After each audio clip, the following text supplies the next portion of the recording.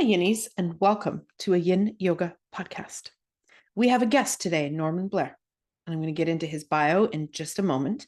But before I do, reminder, my friends, that this is an adult podcast with adult subject matter. So if you have small humans around, please take a moment to grab some headphones now. And I got a lovely little podcast review I'm going to share with you. This one came in on YouTube. This is from Yoga with Sally Ann. Thank you so much for these free podcasts. They are the highlight of my day when a new one pops up. They continue to inspire me, and they always invite something new to think about, which I love incorporating in my own practice. I've just got myself a new Nick notebook, a nice excuse to re-listen. Awesome. I have a notebook, Sally. Thank you. There's a Nick notebook. Say that 10 times real quick. Thank you very much, Sally. I must admit I am better at collecting notebooks than actually using them. Sort of like books. I have so many and so little time to read them all. Okay. So my guest today is Norman Blair. Some of you may be familiar with Norman. He is fairly well known in the Yin Yoga verse. And I have read one of his books called Brightening Your Inner Skies. So before we get into our time with Norman, let's go over his bio.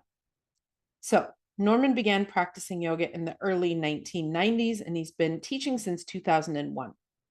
His practice and teaching embrace both Ashtanga yoga and Yin yoga, as well as mindfulness meditation.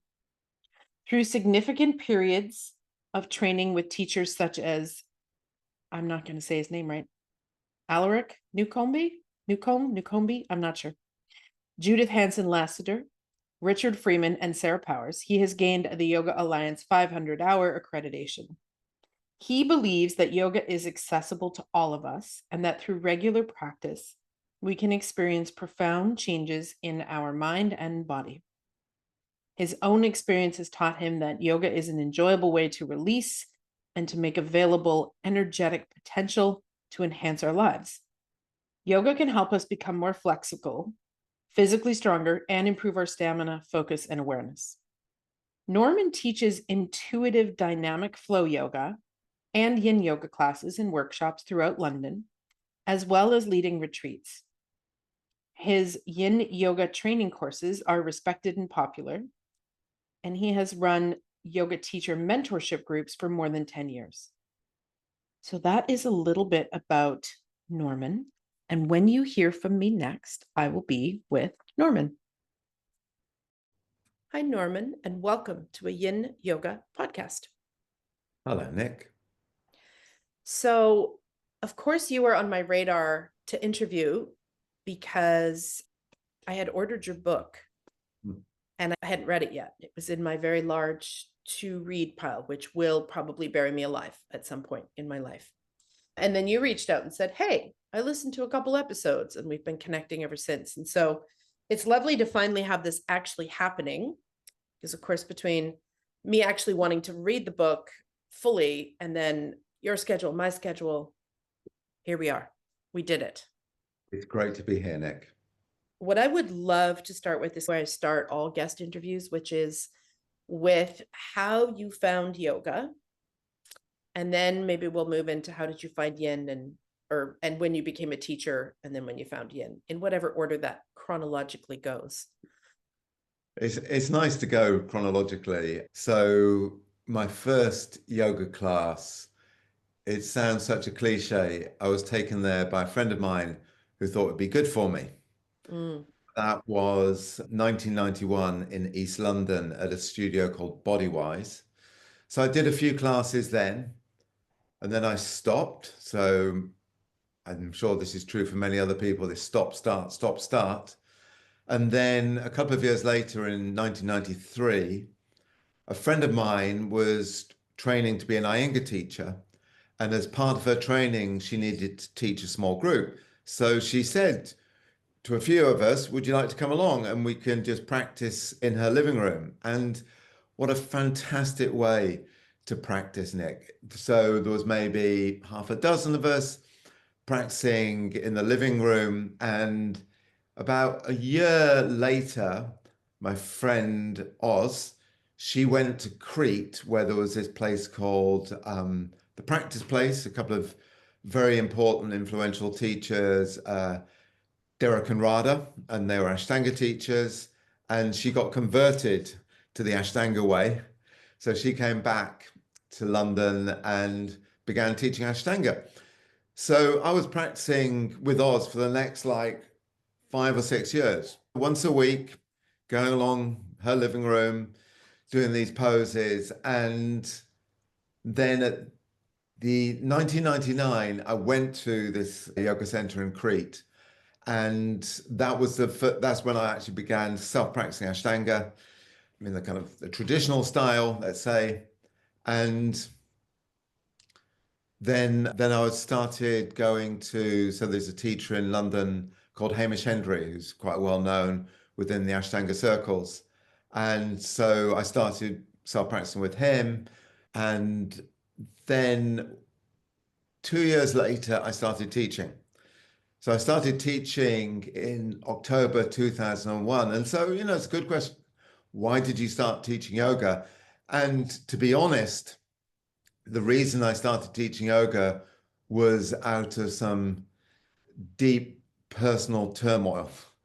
Basically, a long-term relationship ended. At the time, I didn't have particularly regular work, and I was in this place where I needed to have some regular work. And my ex-partner, because she was already teaching yoga, she started teaching yoga in 1998. She said, "Why don't you teach yoga?" So for me, a long-term practice, I was familiar with like teaching, the kind of pedagogic skills of teaching. So yeah, I started teaching yoga in October 2001, and I gave myself 6 months. I thought, give myself 6 months. Will I find this financially viable? Will I enjoy this? And I think this is absolutely crucial in terms of yoga teaching, that this brings us joy, because we have to, in my view, we have to be teaching from this place of love. And funnily enough, just after I started teaching yoga was my first ever yin class. And this was up at Manchester at the Manchester Buddhist Center. So they were running weekends for people around the kind of Buddhist circles who are also yoga practitioners. So I went along to a weekend, and so that was November 2001. And a woman called Rosie, her name is now Padma Darshini, and she's still teaching actually. She taught a yin class, and I was like really quite blown away by this experience. So I'm coming to the yin class with my background as an Ashtanga practitioner, as a background of someone who's naturally energetic, naturally strong. And then suddenly it's like, wow, what is this practice? I was talking to someone a few days ago, and they said, and I've never heard this before, Nick. And I was like, wow, that's such a good line. I'm going to use that. And they said, I was talking about them about yin yoga, and they said, wow, sounds like glacial flow. I like that. Ooh. Glacial Mm-hmm. flow yoga. So that was my experience. What I found in that practice was something that I perhaps wasn't finding in something like Ashtanga yoga.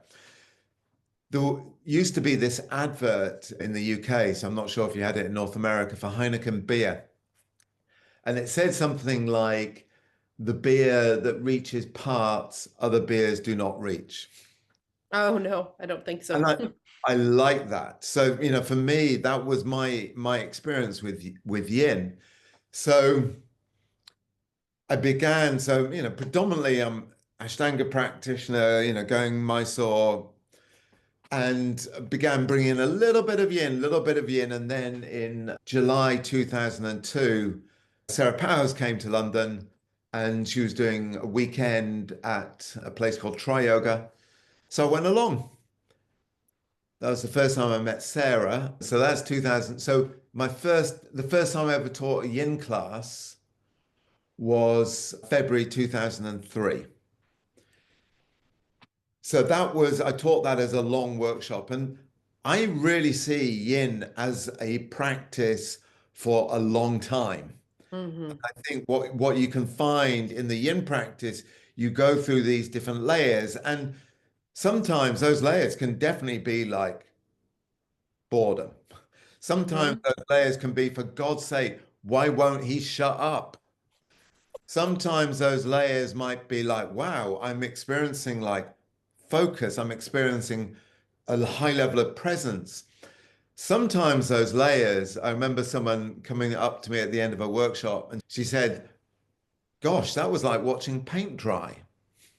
I'm like, thank you for your feedback. For myself, my own experience of like doing a kind of a longer yin practice, like what we did, say, with Sarah Powers, is there's almost like this sense of the fluidity of time. And fortunately, much more often than someone saying that's like watching paint dry, is people coming up to me and saying, that wasn't 3 hours. Mm. As though I have this siddhi, the ability, that was 3 hours. So that was so with Sarah, and then I started teaching. So I was doing monthly workshops from early 2003.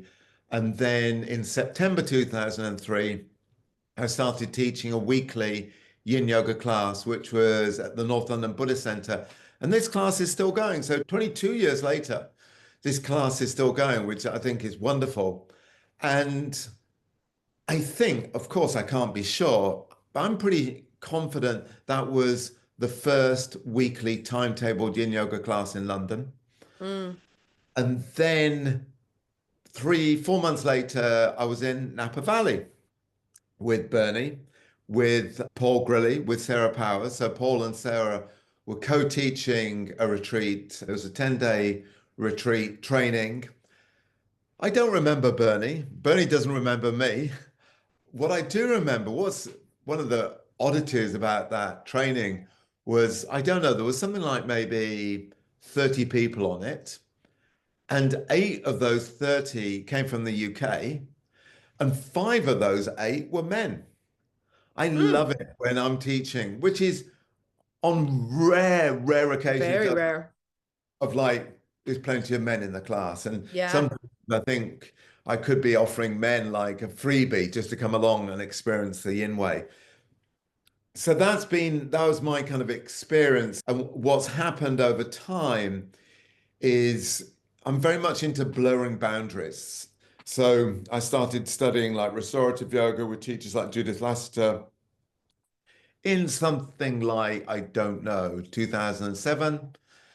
And what's happened over time, so in my early days, like within Ashtanga land, to even think about using a block or like to even discuss a yoga bolster, that is like heretical behavior. You're going Mm-hmm. to be Mm-hmm. excommunicated from Ashtanga for considering Yes. the block.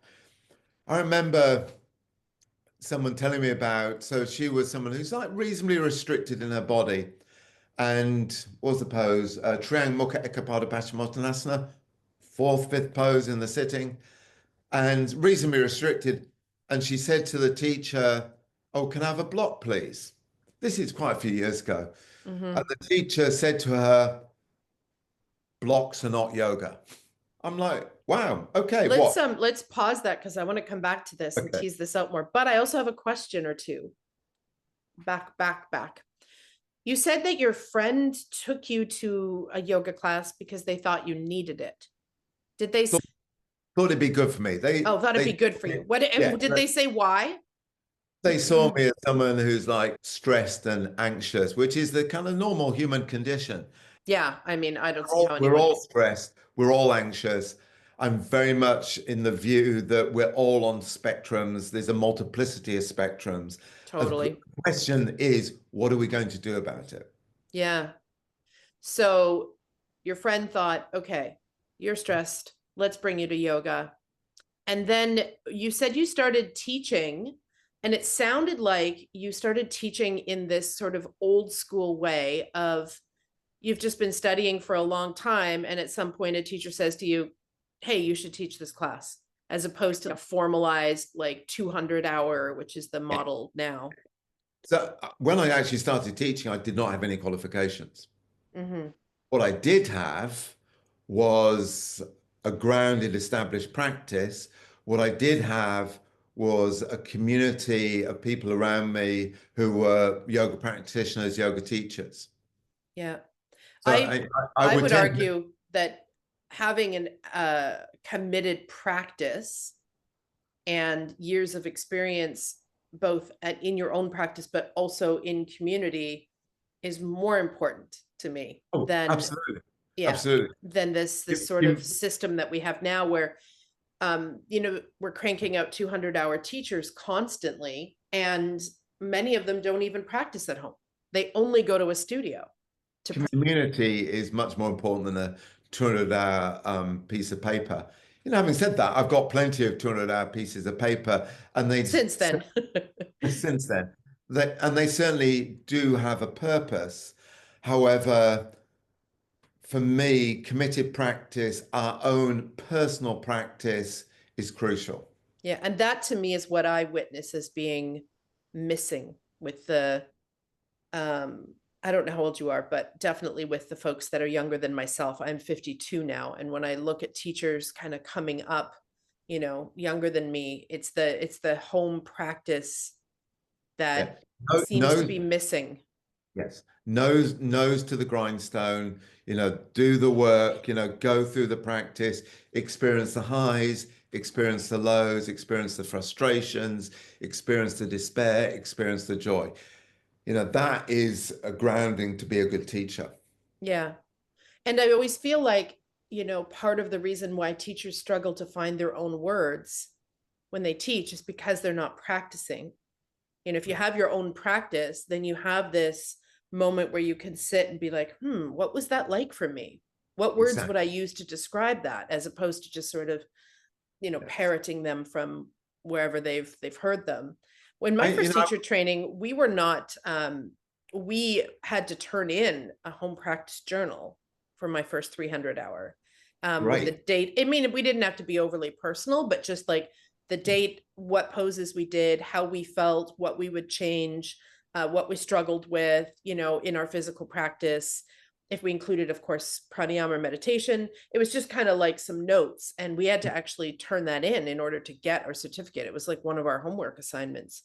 What a wonderful learning.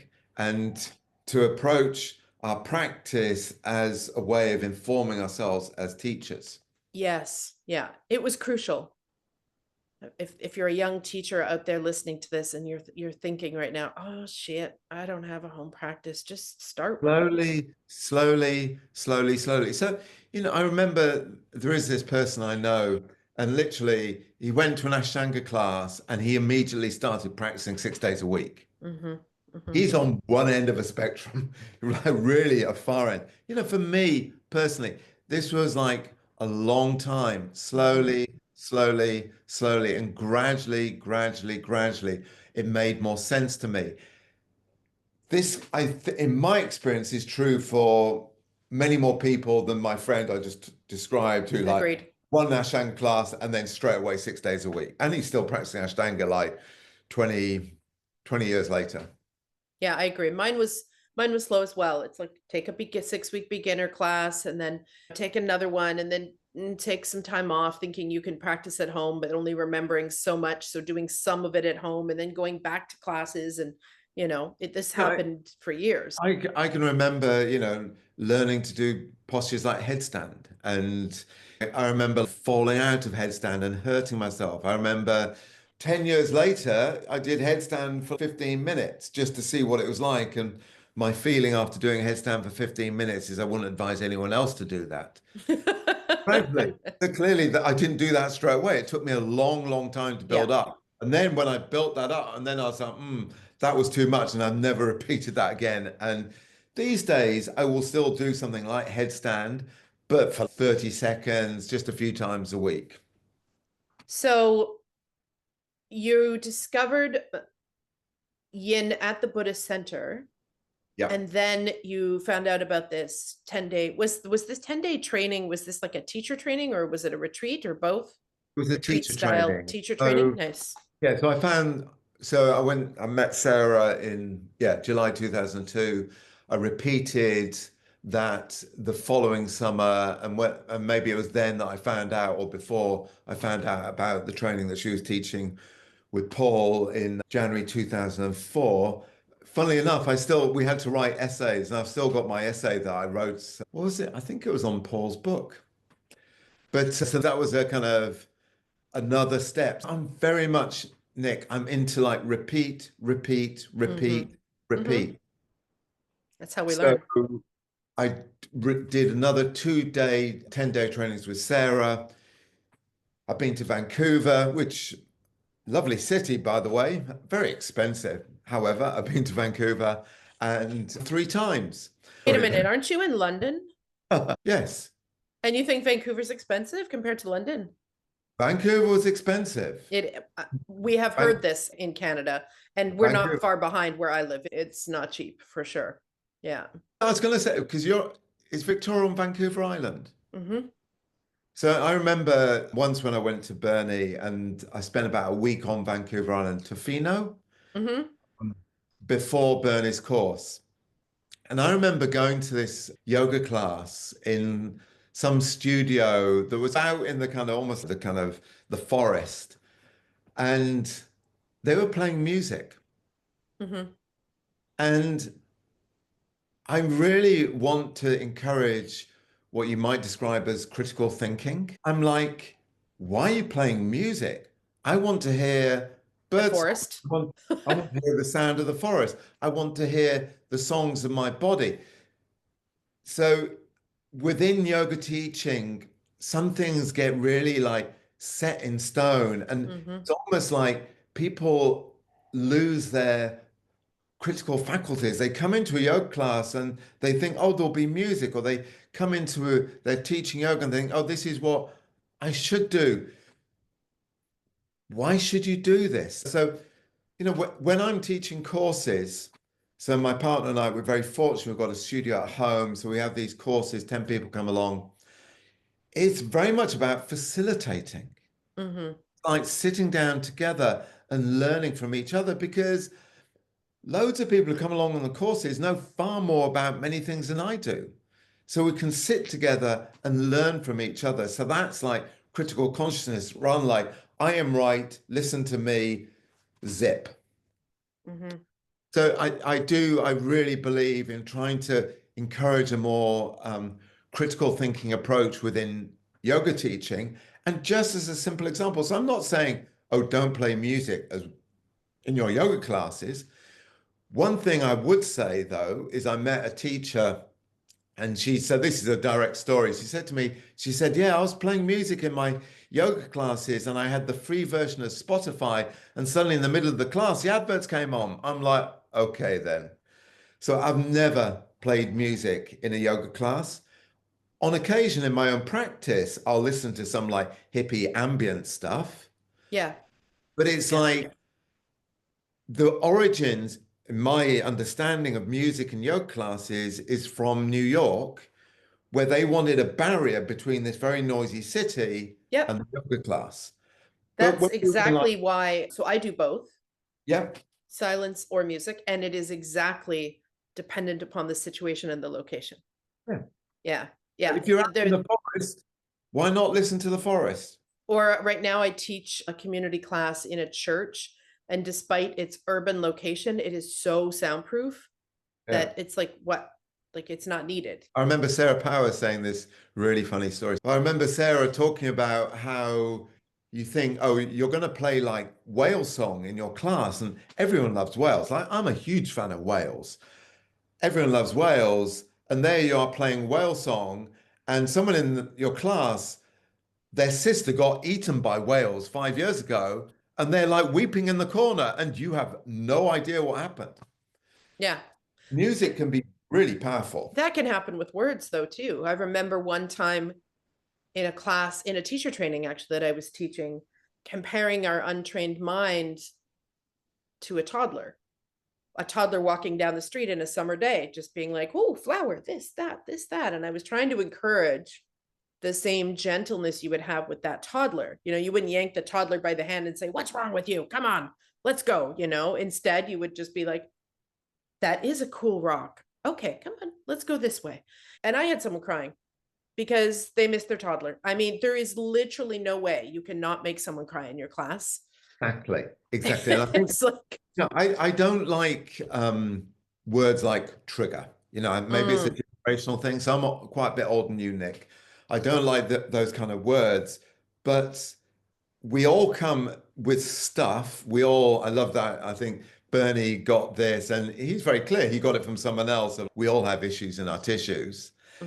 And sometimes when we're teaching a class, it's like we're opening Pandora's box. yep.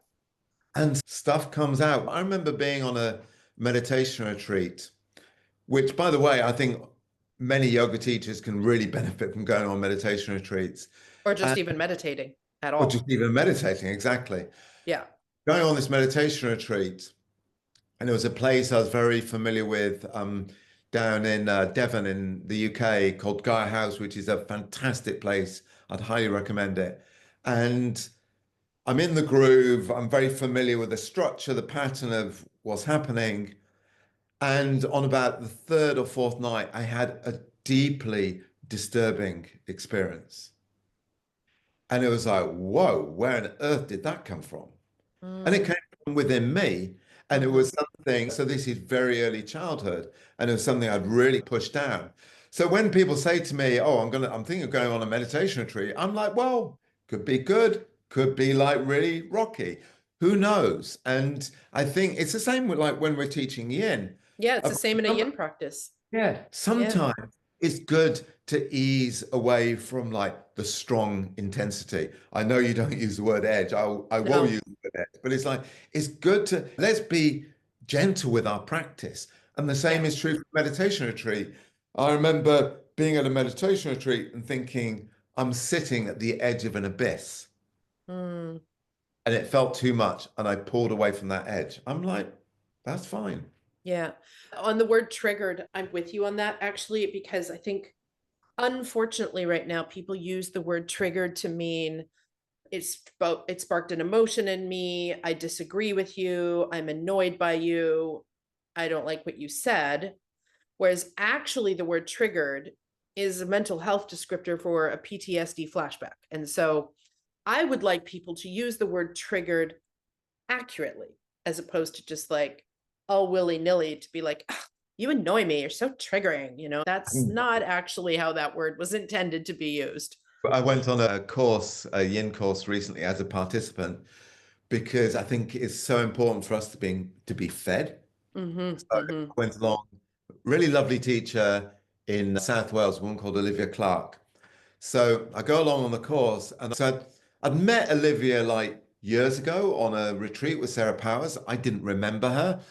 And I go into the room, and Olivia looked physically quite like someone I had a really tricky time with. And it was suddenly like, I was like, okay, this is Olivia, not that person. This is Olivia. So, as you said, Nick, all the time we're meeting all these events that say remind us of our past. Sometimes it's below our conscious awareness. Yeah. And I think it takes a certain level of maturity or maybe even self-acceptance to know, like you said, like when is too much? Like when do we back off and go, not yet. But also to know that like yoga, especially in yin, in my experience, isn't always comfortable. Exactly. And that being uncomfortable is part of the practice. Life isn't comfortable. Right?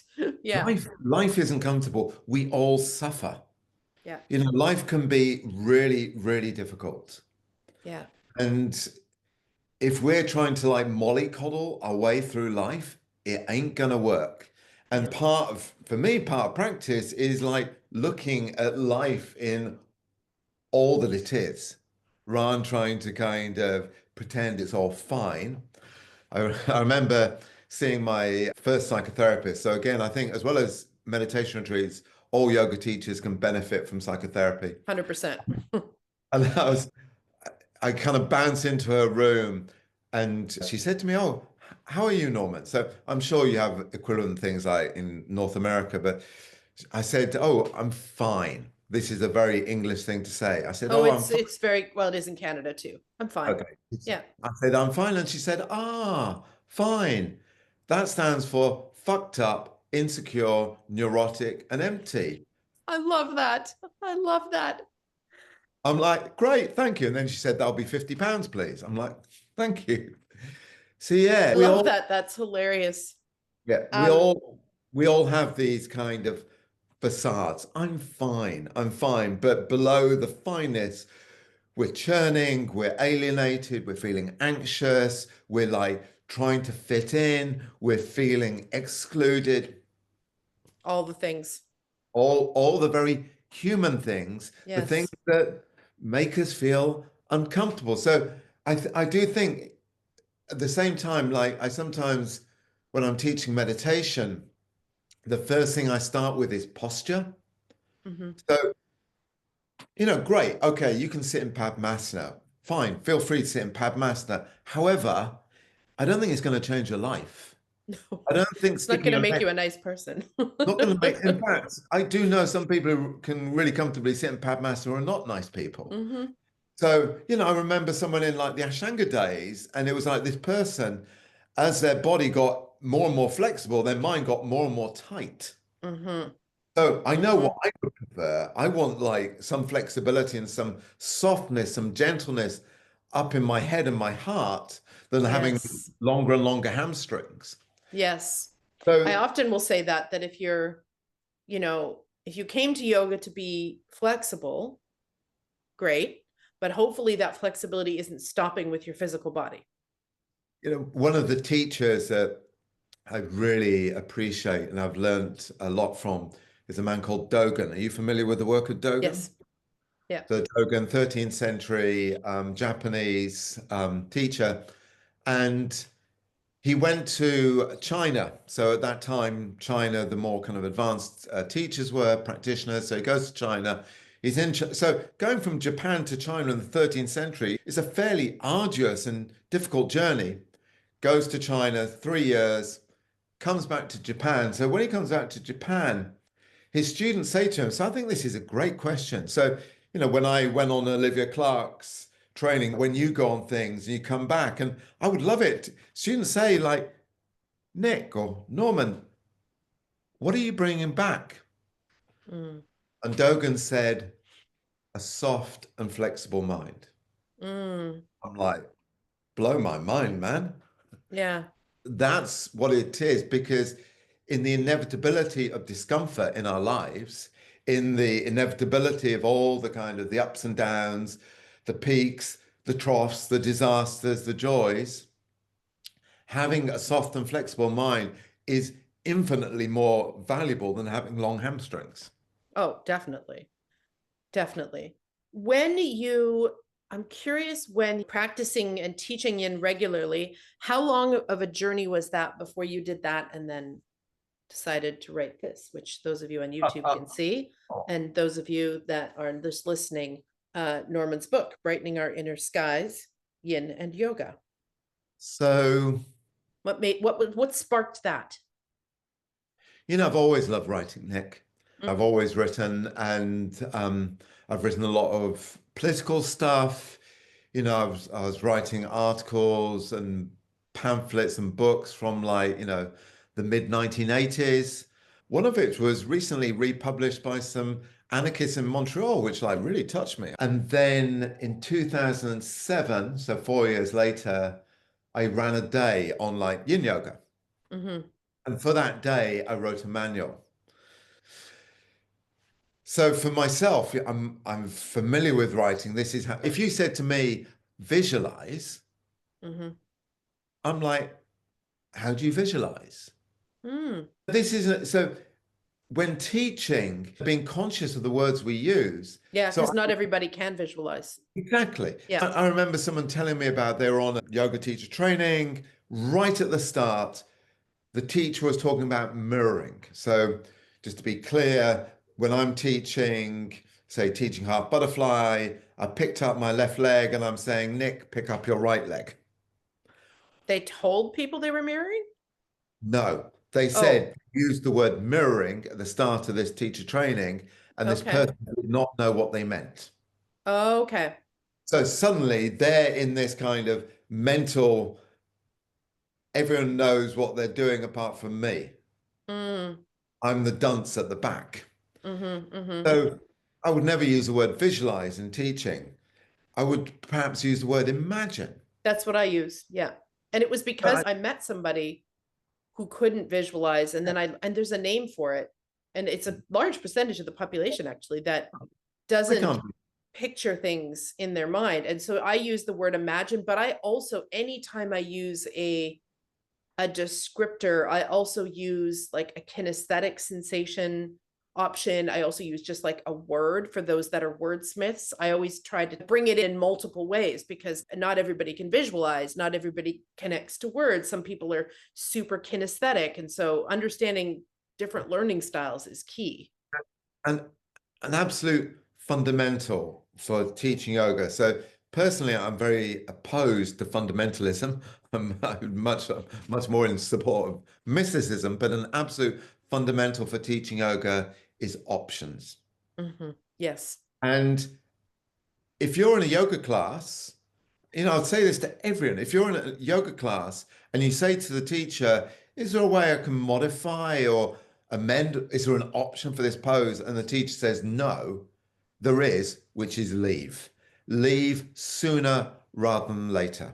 I would argue, just to add some icing to that cake, that if the teacher hasn't already presented you with several options, leave before So you that, ask. but because there can also be the danger of giving too many options. So Yes, I stop my at kind of, I stop my at basic three, and rule, then I stop at three, and then I watch and see how yeah, everyone's doing. Yeah. always give the most accessible one first. So Mm-hmm. funny when I don't know, this has probably happened with you, Nick, of like teaching dragon. So I remember the first time I was doing dragon, I loathed it. Oh, I still do. Oh, oh no, I love dragon. Oh, First not time me. I did shoelace, so this is like over 20 years ago. First time I did shoelace, I loathed it. I still loathe shoelace. Oh, interesting. I still, oh yeah, shoelace. I've got really quite mobile hips, but for whatever reason, I find shoelace a real challenge where it's like square, I'm reasonably comfortable.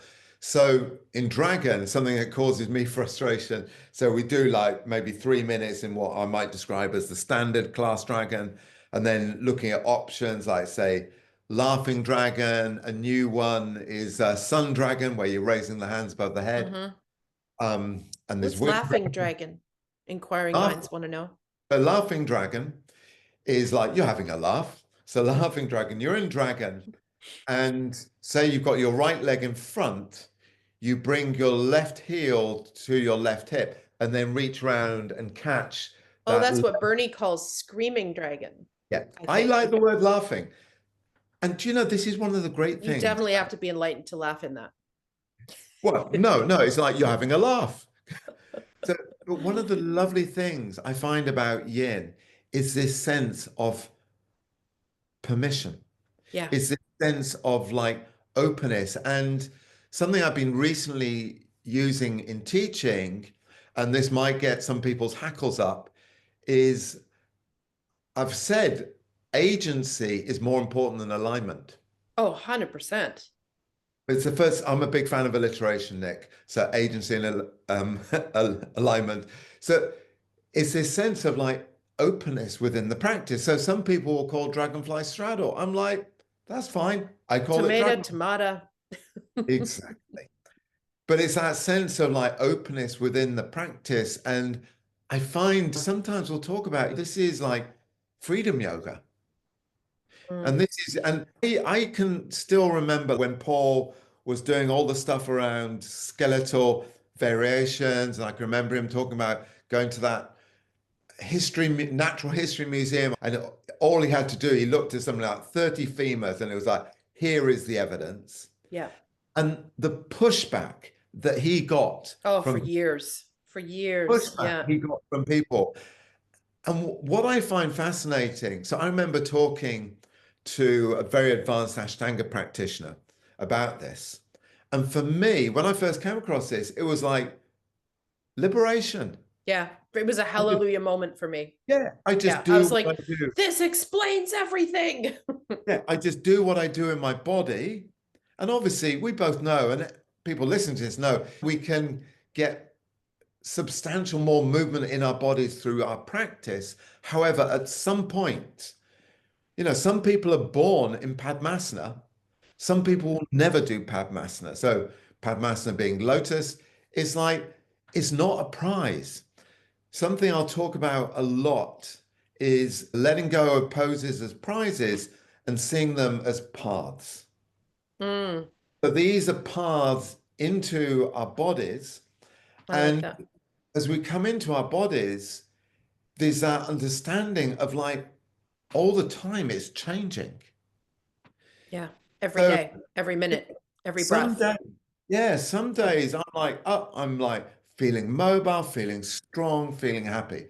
Other days I'm like really grumpy, all this kind of stuff. And it's like, it's such a teaching because when we get that real grasp of change, that allows us to surf the waves. Yeah. So what did spark this lovely book? Going back to that, thank you. Yes, I'm circling back because I I'm, have to watch I'm, my own tendency to go down, I'm, I'm impressed by your organization. Yes, I have it sometimes in my hands to remind me. sometimes when I'm teaching and I'm like, where did we start from? Where Yes. are so okay. So I wrote for this day, a kind of day and immersion into just going back to the advanced Ashtanga practitioner. When I told her about skeletal variations, her response was depression. Yeah. Because essentially I'm saying, well, maybe there are some things you might not be able to do. She got depressed. I felt liberated. So I I had a taught. similar experience when I took my first workshop with Paul. There was two senior Iyengar teachers in there. And you could see the shock and horror and like life crisis that they were having, literally. I mean, I am Iyengar trained, right? So, but there was so many things in my body that they could never explain. So when Paul was up there and he was talking about internal rotation in your hips, I was like, oh my God, that's me. This explains everything, So I felt an immense amount of freedom and understanding and knowledge for the first time because I would always ask, what's going on here? And I would never get a good answer. But these two gals were visibly shooken. And I remember Susie saying to the group, I'm pretty sure it was directed at these two, but just to the whole group, if some of you feel like the yoga mat has just been pulled out from underneath you, just know you don't have to go back to your classes and start changing everything that you're teaching tomorrow. Let the information percolate. Slowly. Let it settle in. I remember after my first 100 hours with Paul, sitting in class and being madly in love with all of it, but thinking, fuck, I have to go home and teach Tadasana. I don't know how to do that anymore. I mean, where are we putting our feet? It was just like, but I had to go home and be like, okay, what is the essence of Tadasana? And so instead of like my put your feet together blah, blah, blah, script that I used to have, I just said, come to the top of your mat, bring your feet a comfortable distance apart where you feel solid and strong like a mountain. And I was like, that's it. That's Tadasana. We're done. And also, I think if someone's going to like a class a week, it doesn't really matter that much. Yeah. So, I'm a big fan of Iyengar. And I did about maybe 8, 10 years with an Iyengar teacher. It's not the kind of thing I necessarily do for fun, which I was actually doing Ashtanga for fun. But I learned a great deal from that teacher. However, there can be like particular boxes One which, size fits everybody directions. yeah, which kind of like denies our individuality. But But I will say, having my first training be all senior Iyengar teachers, the biggest gift from that is I can prop like a motherfucker now. Like I know a variation for everything. And if I don't, I can look at bodies and go, how could I support them? Or what might make them more comfortable? Or how could we use this? Or, oh, what other thing could I give them? Because I was exposed to the blocks, the blankets, the chairs, all the things. It gave me I already had an eye for seeing when when people are not quite comfortable, or but that comes from my family of origin stuff. That's a trauma response, which is now turned into a teaching gift. Yay. But being able to see people and their bodies and know, oh, I could tuck a blanket here potentially, and that might make all the difference in the shape. Without having that Iyengar background, I don't think I would have those skills. You made an important point just then about trauma becoming a gift. Yeah. And I can feel that for myself in terms of looking at groups and being conscious of including people within a group. Mm-hmm. And that has at least partially come from my own feelings of being excluded. Yes. So I do think it's like, what's that? The Greek healer, Chiron, the wounded healer. Mm-hmm. So the wounded healer, they heal from their wounds. Yes. And I do think sometimes people get fixated on their wounds without realizing that their wounds can actually be a gift. And I know Oh. it's fast, and some people are like, deeply, deeply traumatized, and there can be huge difficulties in people's lives. Yeah. And there can also be like potential within that. Yes. Had I not been raised, so, TMI here, everybody, get ready for it, with a mother who had complex trauma, horrific abuse in her childhood, addiction issues, et cetera, et cetera. So had I not been reared in that household, I wouldn't have the ability to scan a room and read people and see. So I learned the skill of, how do we make everyone comfortable? What mood are people in? How do we negotiate the space so that we don't have like a bomb go off, essentially? Or I learned my nurturing skills because I was the eldest child and had to then therefore take care of my little sister. And both of those two things have served me so well in my teaching. Yeah. So much so that I didn't even actually know until years later in therapy that that actually was like because of my childhood. Because I've had many, many teachers that I've mentored ask me, I don't understand. Like, I just looked at the same room that you did. How did you know that person was uncomfortable? And my thought was, how did you not know? It took me years and years to go, oh, this is a trauma response. I've gotten really skilled at scanning a space and kind of making very quick, not decisions, but just getting quick hits of what I can do. Yeah. This is your gift. This Yeah. is your or one of your superpowers. Yeah. Yes. And like you said, your superpower of who here might not feel included. Yeah. Yeah. Because and this is true for many of us. I do genuinely think we're all traumatized. Oh, totally. We're How all do you get to traumatized. adulthood without it? I don't know. Exactly. Different degrees of trauma. But that sense of, having experienced the kind of the sadness, the despair of exclusion. And then some people going through what I went through might become a hermit in a cave. Mm-hmm. We don't know which way we're going to go. There Yeah. are so many factors in this mix. So just going back to my book. Yes, Sorry. please. Let's go back to your book. And then we can come back down this little path that we've carved out here. For this one-day training in 2007, I wrote a manual. And then when did I started teaching the course? So I teach a 5-day and a 9-day course in 2013. So I think this is something, I came across a teacher a while back, and they were saying they could teach yoga teachers how to teach yin yoga in a day. I'm like, wow. Are they telepathic?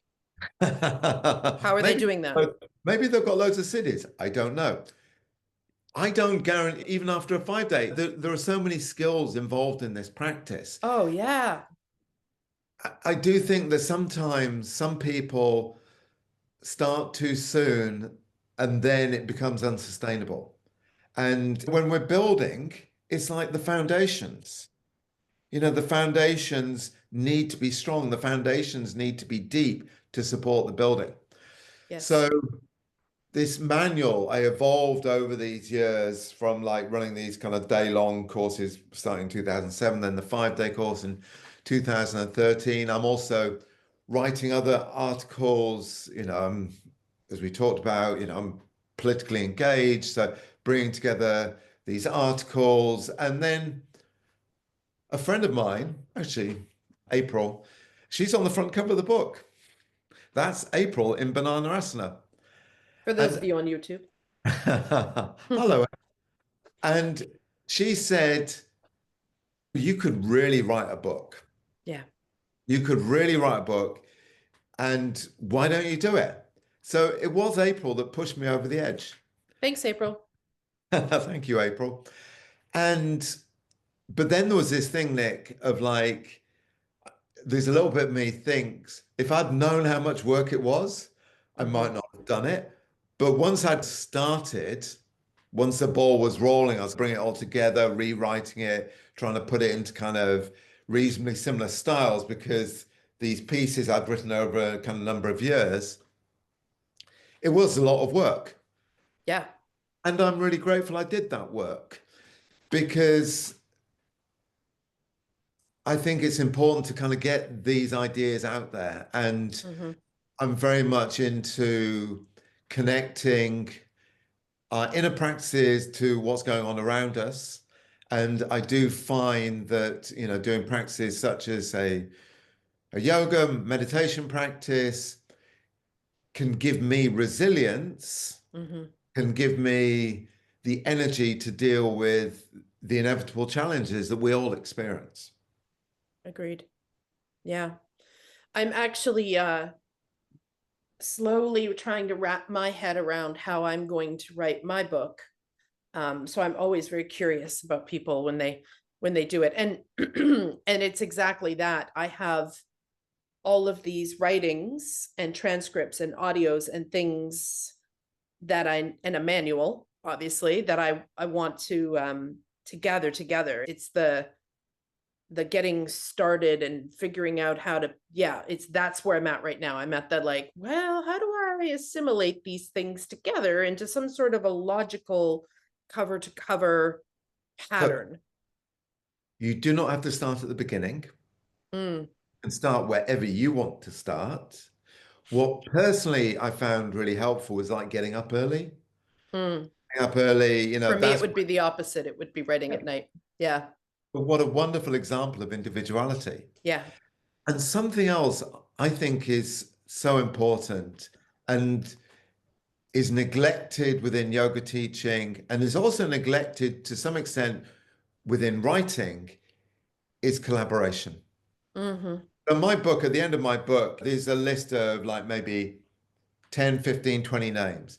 They are all people who read my book, gave me a lot of feedback. So it's not my book, it's our book. Right. And I think for writing, I found that so helpful to have feedback from other people, to have, my partner, she edits everything I write and she makes it so much better. And at the time, I'm a bit like crossing my arms like this. And then afterwards, I'm so grateful to what she said. I'm so grateful to the feedback, the support I've had from other people. But it's giving people a sense of different ways of doing things. And this is why I will often tell, it's so funny because people will, and I don't know if you ever get this too, people will reach out to me and say, I'm really interested in taking your yin training, but I've already taken the trainings in yin. Do you think I'll get something from it? And I'm like, well, I can't say for sure, but like, look at the webpage. This is what we're covering. Did you cover those things in your last training? If you did, maybe you won't get much, maybe you will. But I would say from my experience, from what those same teachers say when they graduate, is that each teacher has their zone of genius that they are just really, really good at. And that's what you're going to get from that training. And so if you love a style of yoga like yin, why wouldn't you take multiple trainings? Like, So I remember I've done quite a lot of practice with Richard Freeman and Mary Taylor. And Mm-hmm. I remember the first time there, Richard saying the curse of flexibility and the blessing of stiffness. I was like, you what? My teacher used to tell us that in And our then teacher 6 months training. later, I was like, maybe they got it from Richard, or maybe Richard got it from them. Who knows? Because I also remember rereading. So I've still got all my notes from, say, that training I did with Paul and Sarah in 2004, rereading those notes. And Paul talked about hypermobility, Mm-hmm. and I didn't understand it. So I'm just writing notes. I'm not understanding it. And now I do, well, not completely, but I do have an understanding of hypermobility. So sometimes the pebbles can drop and they don't make that much sense to us. Mm-hmm. Or maybe they're said in a way that doesn't resonate. And I remember I've seen Sarah Powers do this. She's talking and someone asks her a question and she replies to the question, basically saying just what she was saying in a different way. Yeah.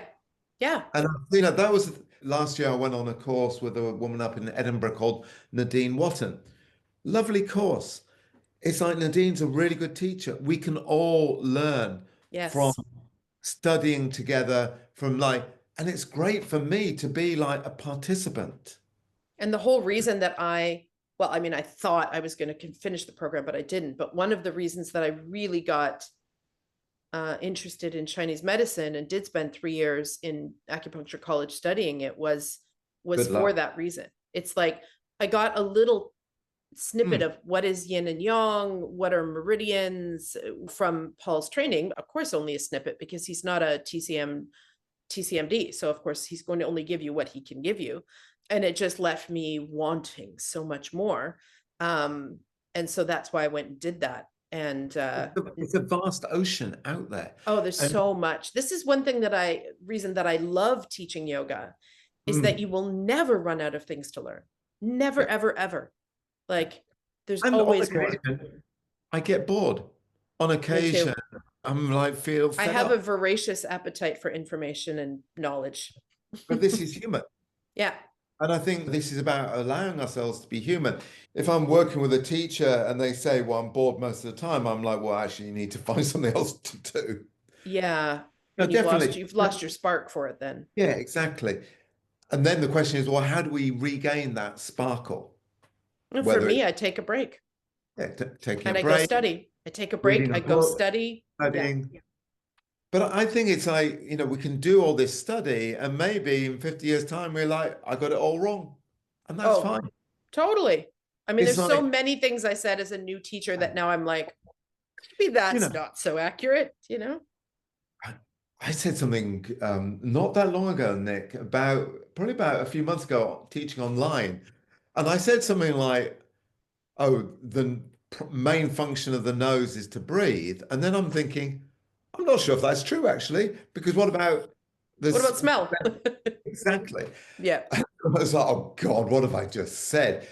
But I think this to be open to making mistakes, hopefully. So I've injured people, making adjustments on people in Ashtanga. I've injured people. I have been injured um, in adjustments. I remember once injuring myself when adjusting someone. Mm, It's about what do we learn from these situations? It's yeah. not like they won't happen. What do we learn? And how can we then bring that into our teaching? And I think this is something that I think is really important and needs to be talked about within yoga teaching, which is our sustainability. Hmm. And I remember I was listening to your chat with Bernie, and you're talking about yoga studios closing and the kind of precarious nature of running studios, the Hmm. challenges, financial challenges of teaching yoga. The point is that we can get better and better. So if I want to make this Canadian specific, we're not ice hockey players. So Hmm. people listening in this country, we're not footballers. Footballers retire when they're like early 30s because maybe their knees are wrecked or they can no longer. Hmm. Ice hockey players probably retire even earlier. We're not that. We can gain so much from the experience of teaching Like, what you were talking about, of like reading a room. Yeah. You see someone come up and you have this like, maybe this might be something that could be going on with that person. When I was first teaching, I remember the first class I ever taught, I'd used up my plan in 20 minutes. Oh shit. Me What too. That was my like graduating class in teacher training. I was like, well, shit, we have 40 minutes left and I got nothing. what am I going to do? And it's thank God no one's dead. I, But the experience that we get from teaching is like so precious. yeah. Yet if we're being challenged in like teaching by, say, financial realities, I really want to encourage transparency around yoga teaching, and some of the stuff I've written and published on my website is talking about how much I earn. Yeah. It's talking about how much, so the people who come along and teach like the 3-hour sessions on these courses, I pay them £300 for 3 hours. Yeah. The person who does all my admin, I'm on my hands and knees thanking God that Joe's in my life doing all my course admin, spreadsheets. I know you don't love spreadsheets. Mm-mm. I pay her £25 an hour. It's like Yeah. value people. It's like value the webs that make what we're doing possible.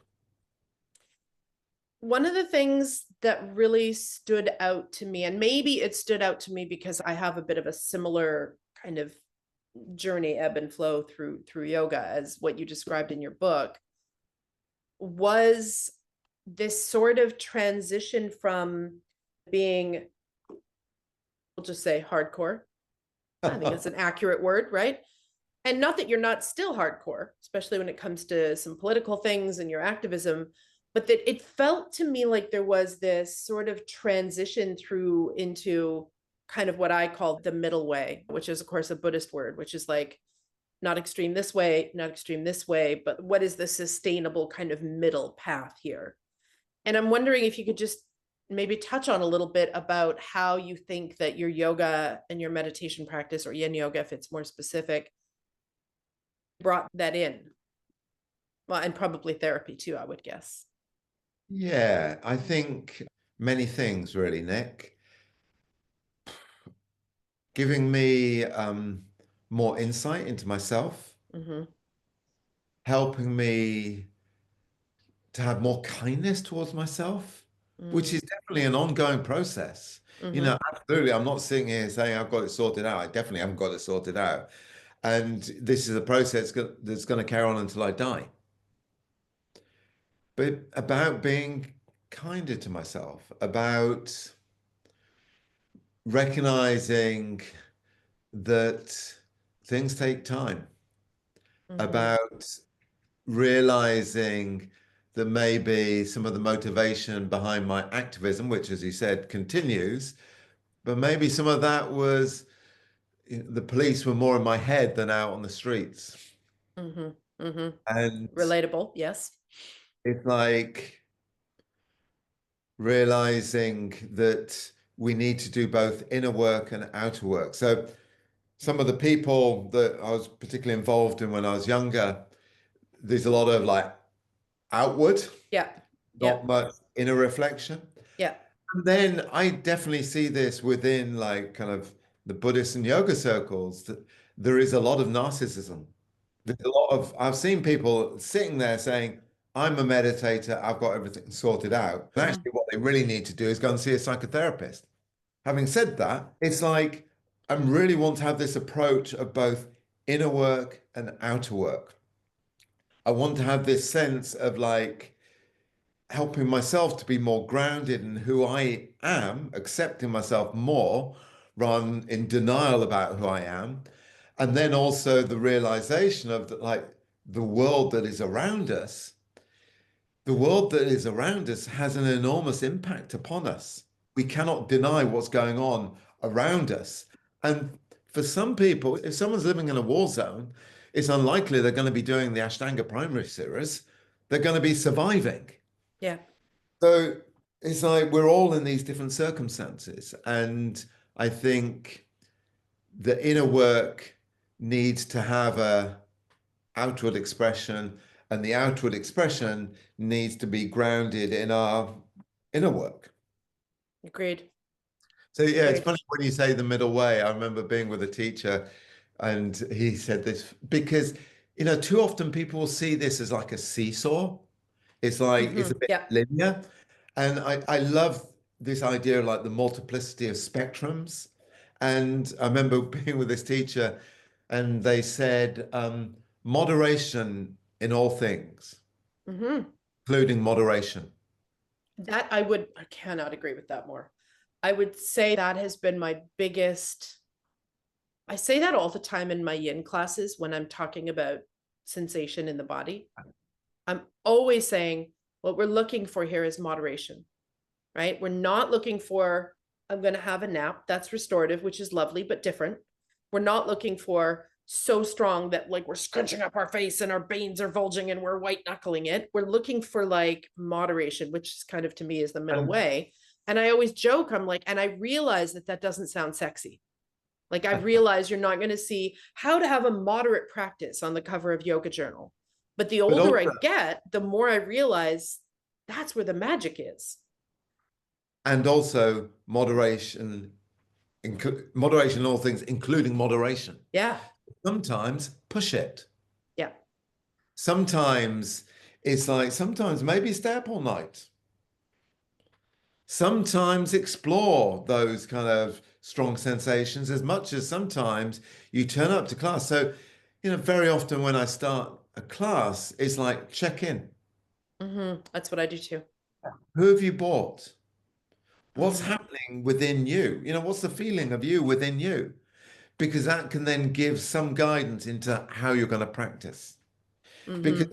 maybe you've turned up and you're feeling like full of joy. You've got a lot of like strength. And then maybe that's the time you think, oh, I'm going to be like more active in the yin. I'm going to Yeah. be yang in my yin. And maybe sometimes you're like, oh my God, I just need a nap. I just need a nap. Yeah. But it's such, I'm sure you've come across this many times, Nick, of like, I call it my first yin experience. And I remember someone saying to me, so someone had done a lot of other yoga, and she said to me, she said, oh, my first ever yin class, she said, what's it? My muscles were screaming, my brain was whining, and I wept afterwards. I'm like, Ooh, wow, that sounds a really good yoga class. that sounds like a pretty big introduction. Mine was But not that's like that, but but that's the yang in the yin. yeah. So people, I'm really happy to teach people yin who have never done any yoga before. I Oh, I think love that actually. yin can be an accessible practice for people who do not have yoga experience. And I think sometimes people who've got a lot of yoga experience coming into a yin class can be somewhat thrown by the experience. Yeah, it's actually often harder for them. Yeah, Yeah. exactly. Yeah, Yeah. and I love this. And I first got this from Amanda Wright, and she said, avoid being yang in the yin. Mm. I love I the know that. simplicity of that. So, for example, I will often witness and I think that most yoga teachers will know the stereotype I'm speaking of, but the vinyasa bunnies that Yes. come that are just like all about the flows and like the creative flows and the different flow than we did last time flow, other than, of course, the ever predictable sun salutation, which has to be in there.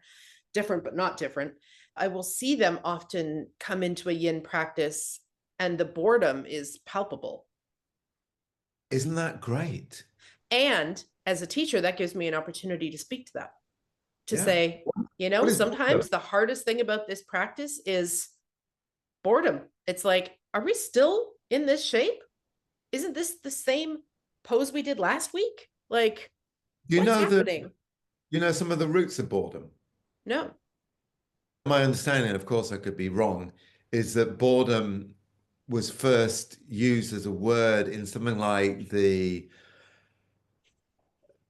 1800s, and it was used by wealthy people to Mm. differentiate themselves from poor people. It's like, oh, darling, I'm so bored. Well, of course, because you're not working. What is boredom? Yeah. What does that mean? Is it hot boredom? Is it cold boredom? Is it sad boredom? What is boredom? And I'm like, great, let's look at boredom. Yeah. And I that's mean, what, you can witness the sort of yeah, boredom, the fidgetiness, the feeling of I want to quickly get to the next pose. I don't want to linger in between. And the fact that Nick is asking me to pause in between sides is really seriously, we're still slowing down. Like But I think for me as a teacher, though, when I witness that gives me an opportunity to speak to some of these aspects of yin. Like, this is not just about your hamstrings. This Not is just about about, what's happening with your mind. And are you okay with what's happening in your mind? And do you believe all the crap that's happening in your mind? Because a lot of it's crap. someone told me she was teaching a yin class and she said someone was doing vinyasas between the poses. I was like, that would not have happened in my No, class. me neither. I would I have gone up. once said, and in between this shape and the next, feel free to come into any shape that your body just asked you to do as a rebound, right? It's like, let's settle, let's notice this pose. And I don't like to, I'm not one of those teachers who tells everyone to lay on their flat on their back in between. I usually say, your body probably just asked you to do something. And then I might mention a couple options. You could try this, you could try this. Well, somebody decided to do a handstand. And I was like, I need to be a little more specific in my directions. And so now that's become part of my teaching as a joke. Whatever your body just asked you to do, other than handstand, let's keep it within the yin spectrum. And then people laugh and we move on. I think this is one of the skills of teaching, of like creating a container. So there is movement within the container. However, there are boundaries to that There container. has to be. Yeah, someone's doing a handstand or someone's doing a vinyasa. I'm like, I'd go over to them and say, there are so many other places you can do this. Mm-hmm. What you just described, I love that. Like, it's not on the yin spectrum. Yeah. Yeah. Anything within the yin spectrum is allowed. And then I'd say as a joke, so maybe no handstands, simply because that actually did happen, you know? Oh boy. Hey, one of the things that I felt when I read your book, I think I may have said this to you in the email, is it felt to me like it was like little elements of different things. Your journey, obviously, the actual practice, and also a bit of a manifesto as well, and then some poetry and some art sprinkled in. So if listeners haven't got it, I highly recommend. Mine has teeth marks from my beloved kittens who were very new when I was reading it. And, you know, I stupidly put it on the bed for a minute to go get more tea and came back and they were like, ah. I'm honored they wanted to eat my book. Yeah, it's right there. Yeah, I would definitely recommend it. And I think we'll slowly start to wrap things up because really probably you and I could do an 8-hour podcast and we would still not run out of things to talk about. But you did drop a little inkling that there's another book coming. You want to tell us Yes. a little bit about that?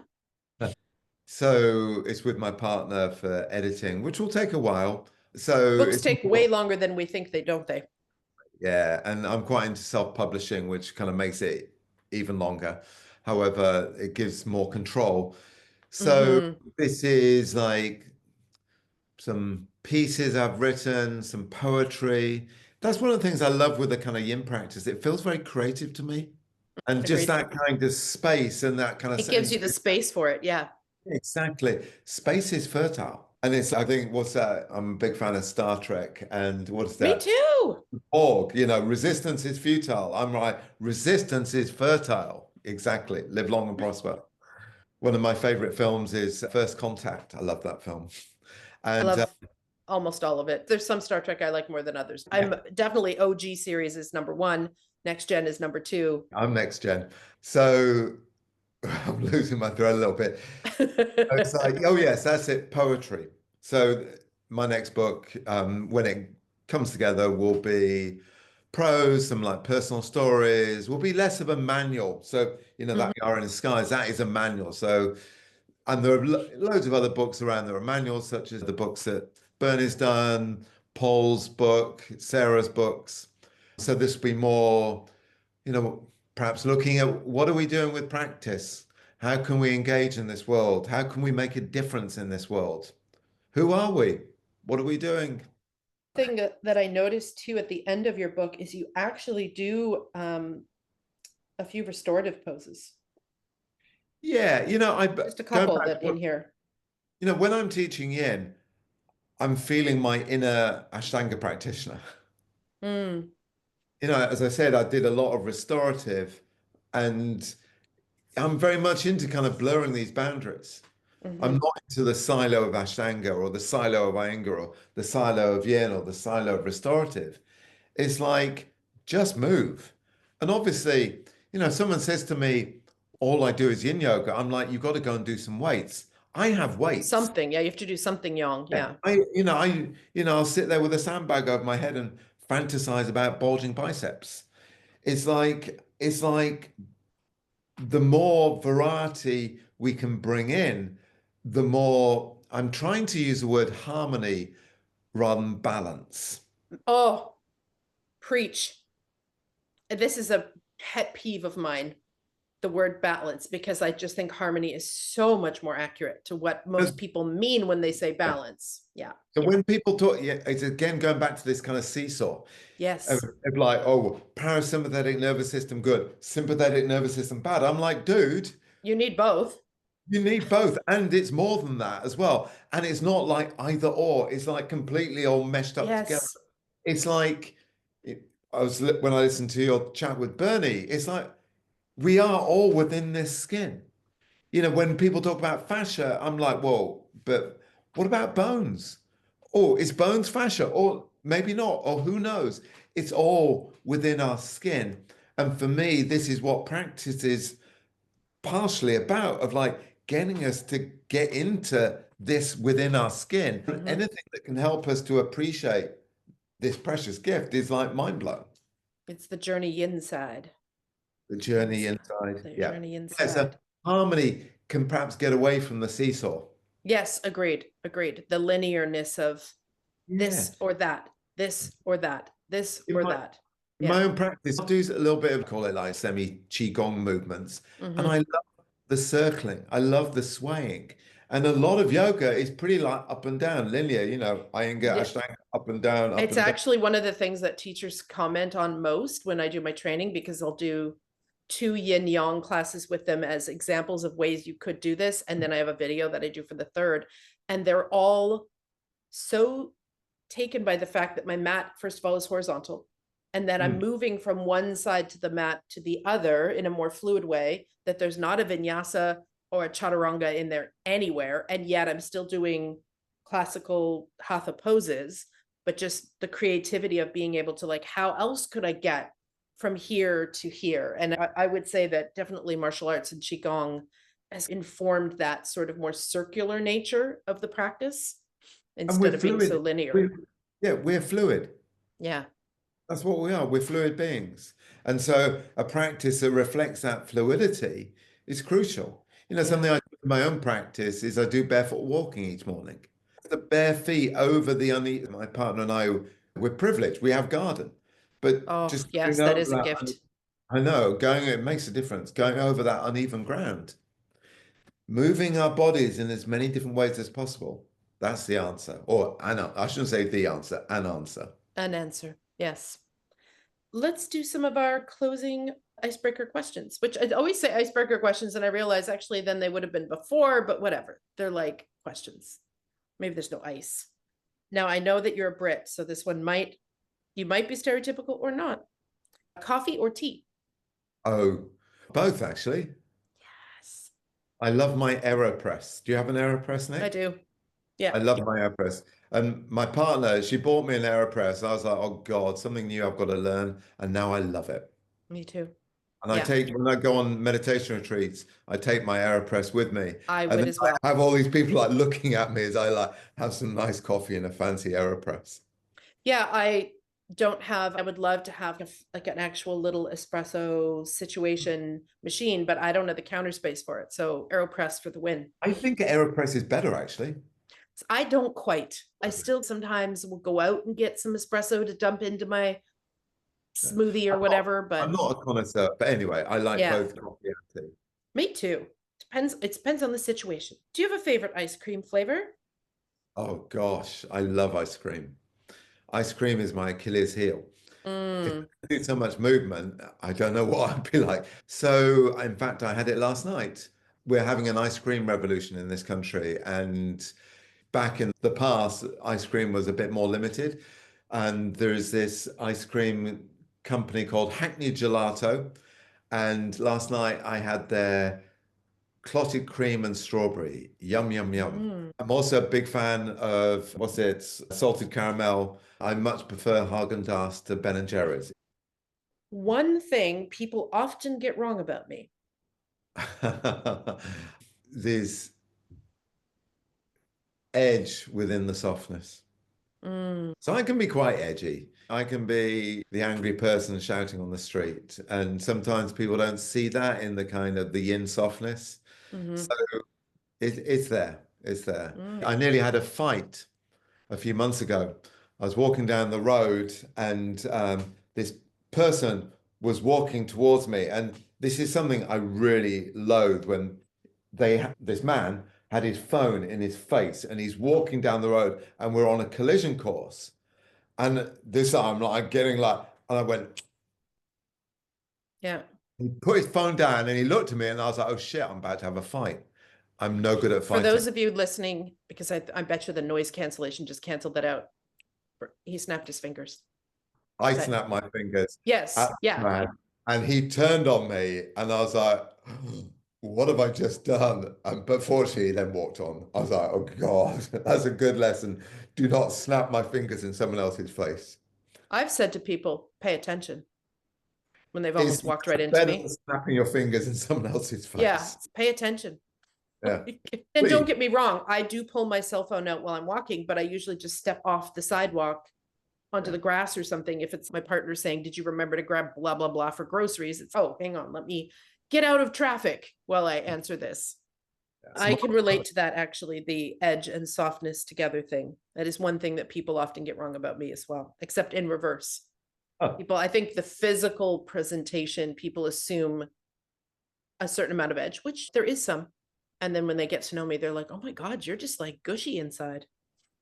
me too, as well. But there's many different elements inside. Many layers to the cookie. Many layers. Yes. Could be layers could be also described as linear, when in fact it's just a big cosmic soup. Yes. I love that. You described one, but you can add another if you'd like. A pop culture vice. We've already outed you as a Trekkie. I loved Emily in Paris. Oh, I've never seen it. It's on Netflix. Yeah, Netflix. And I was really like, I really rolled my eyes when it first came out. And actually, I really enjoyed it. I'm a huge fan of rom-coms. So Mm, back in my youth, it would be much more now like that is surprising. Terminator. I love rom-coms partly because there's so much like bad shit going down in this world I'm looking at that enough. And so, yeah, I love rom-coms and I loved Emily in Paris. I loved Ted Lasso, which isn't really a rom-com, although there is some romance in it. I use kitten and puppy rescue videos for that. Okay. That Well, fix. Yes, that when the world is going to hell. That and stand-up comedy. Those are my two. When I'm not practicing yoga, I am I'm doing many different things. Like I'm reading a book, I'm mm, talking with my partner, I'm walking seeing barefoot, walking barefoot, I'm seeing friends, watching Star Trek. watching Star Trek, I'm loving rom-coms, I'm drinking beer, sometimes I'm smoking dope. It's Mm, like lots of many, things. many different things. One weird fact about you. One weird fact about me. I was going to say, so we have this clothing manufacturer in the UK called BAM, where all the stuff is made out of bamboo. And they're a reasonably ethical company. And I love my BAM, well, North America, what would you call pants, like underpants? I love my BAM underpants. And I have a big dragon tattoo. Cool. Bam, underpants. Do you, when you BAM. put them on, do you go bam, like a comic Oh, book? BAM. Bam. That's what I Uh, would be doing. I highly recommend. I highly recommend. So men, BAM underpants. There you go. If you can get them. What the world needs now is, Peace, love, and understanding. yeah, Needs peace. Life is short. that's Life for is damn short. sure. Life is precious. One thing I wish people knew about Yin Yoga, and yes, pick your top one. I know it's hard to choose one. Do what first came to me was then Yin Yoga can be joyful. Mm, Yin Yoga creating this space We can really slow down when we can feel our way within. And when we're feeling our way within, there's that, wow, this is a trip. So this is Mhm. something I'll often talk about when teaching, Nick, of like, this is a trip. And it's like, obviously, sometimes we have a trip and we have some psilocybin. However, just the trip of this body, Yeah. it's amazing. I think the technical word is zygote. So Okay. zygote is when an egg met a sperm. Mm. Egg met a sperm. I remember when my mum was in the last stages of her life, and I was like looking at her tummy thinking, wow, I was inside you. What a trip. Yeah. So here's the zygote, if I've got this correct. Egg and sperm meeting, and then we're in our mum's tummy for around about 9 months, and then we're born, and it's wow. And I look at babies, and I'm like, you're all tripping, you're on the trip. And then, unfortunately, as adults, we lose that connection. This is so precious, Nick. When I'm teaching, I sometimes think I teach like, let's say, four things, which is life is precarious, life is precious, the importance of props, and maybe a little bit about the parasympathetic nervous system. Lovely. It's a well-rounded list. Is there anything else that I forgot to ask you about that you would like to add? Practicing, look in the mirror when we walk our talk, be socially engaged in this world. This world needs conscious warriors. Yeah. And I would add to that, in whatever way suits your temperament. Yes, Some of exactly. us are going to be out there at the picket line, and some of us are going to be in the soup kitchen, and some of us are going to be buying the homeless guy a coffee, and on and on and on. So this is actually so something I'll talk about a lot when teaching is all the options are equal. Absolutely crucial that all the options are equal. So, we talked earlier about Padmasana, also your legs crossed, also eye of the needle. They're all equal. So someone working in the soup kitchen, someone buying the homeless person a cup of coffee is equal to being on the picket line. Yeah. It's just that sense of awareness, waking up, engagement. Yeah. Yeah. Even something as simple as, like you said, like your BAM is reasonably ethical, but even something as simple as taking a look at the things that you purchase. Absolutely. Yeah. Be conscious. Yeah. And that's what practice is about. Practice is about waking up, being conscious. Yeah. Norman, this was wonderful. I know that we could probably do again another 12 hours, but it's also nighttime there for you. So I want to give you back some of your evening. Thank you. And we'll say our proper goodbyes in a moment when I hit stop record. But for those of you listening and watching, bye for now. Thank you.